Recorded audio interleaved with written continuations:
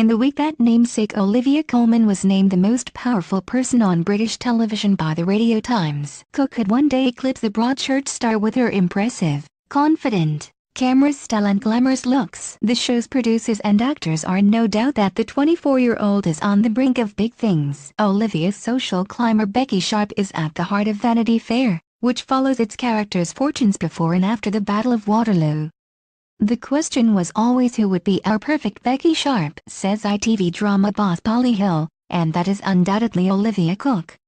And there's a rapturous recommendation from her director, James Strong. Olivia is a rising international talent, so it was a great coup to work with her. She was utterly committed to the role of Becky Sharp, who is one of the most iconic female characters in literary history. She's amazing in the role.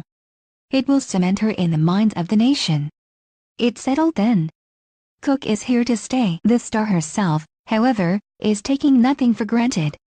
I felt an overwhelming sense of gratefulness and excitement to do the job, says Cooke, but also, oh, now I've got to do it. I don't have it in me to play this part. They've cast the wrong person.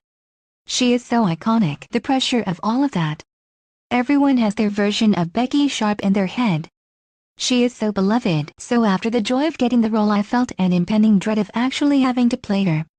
You want to get it right, but you also don't want to repeat versions of Becky that have been done before. In collaboration with the way Gwyneth Hughes has written her screen version of Becky, you want to challenge yourself and do something you have never done before. The version of Becky Sharp, the social climbing, strong-willed heroine of William Makepeace Thackeray's 1848 novel, that many will recall as from the BBC adaptation of the drama 20 years ago. Then it was Natasha Little and Nathaniel Parker, who played Becky's husband Rawdon, in the lead roles. But within 2 episodes of the ITV show you will have completely forgotten that incarnation.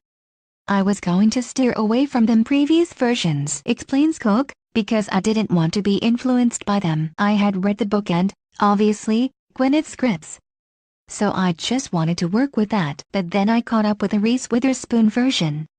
I thought it was great, but I was relieved we both played her differently. Born in 1993 in Oldham, Greater Manchester, Cooke was 5 years old when the BBC version was broadcast in 1998. Even before she'd finished her A-levels at Oldham's Sixth Form College, she was cast in the BBC drama Blackout, alongside Christopher Eccleston and Dervla Kirwan. In 2013 she found herself in the American series Bates Motel before featuring in a series of films, the last of which, Ready Player One, was directed by Steven Spielberg. Her journey to stardom has been effortless over the past 5 years. Even so, she was nervous on the first day's filming of Vanity Fair.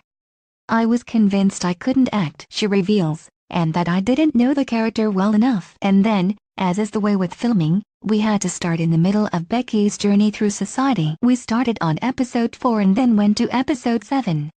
The first week of filming was in Budapest, so it was a real jump. You're putting on a corset for the first time. It was 35 degrees and everyone was hot. But you're in this beautiful location overlooking a river in a village on top of a hill. It was really daunting, but we had a very good first day and everyone was excited by the end.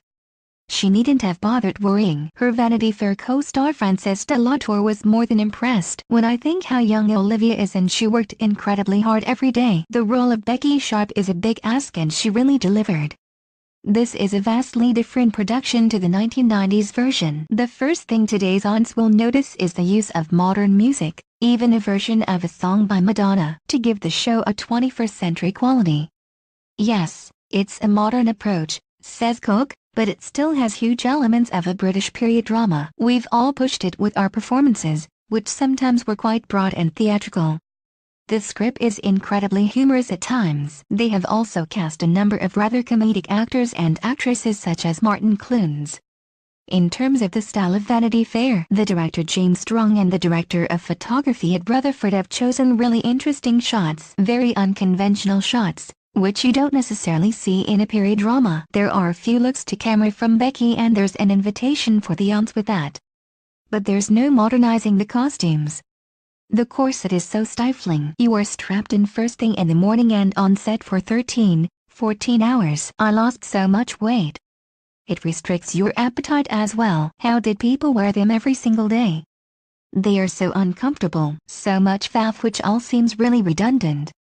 That said, Cooke insists Becky Sharp is a character for today. If she were alive today, perhaps she'd run a film studio.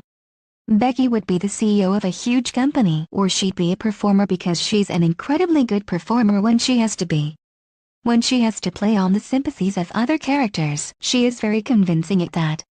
So excited was she with the project, she was even considering casting her mother. I was going to get my mum Lindsay in to be an extra in one of the ball scenes, but I think she would have D of embarrassment. She says, everyone keeps asking on the street about Vanity Fair and what you are like. But she's really proud. She's proud, but only as proud as any mum would be if her daughter's successful in any field. You're just my Olivia. I'm based in New York now, so it was good to be back here. My mum came down for weekends in London. I didn't go back home to Manchester too much because work on Vanity Fair was pretty full on. My mum lives in Oldham, and wherever you're from, when you go back to your mum's house after 2 days you feel like a 15-year-old again. But she adds, ambition has been important for me. College there gave me a great sense of community, but I also didn't want to stay there for the rest of my life. I just left on the break when it happened for me, a bit like Becky. Vanity Fair, ITV, next Sunday and Monday, 9 p.m.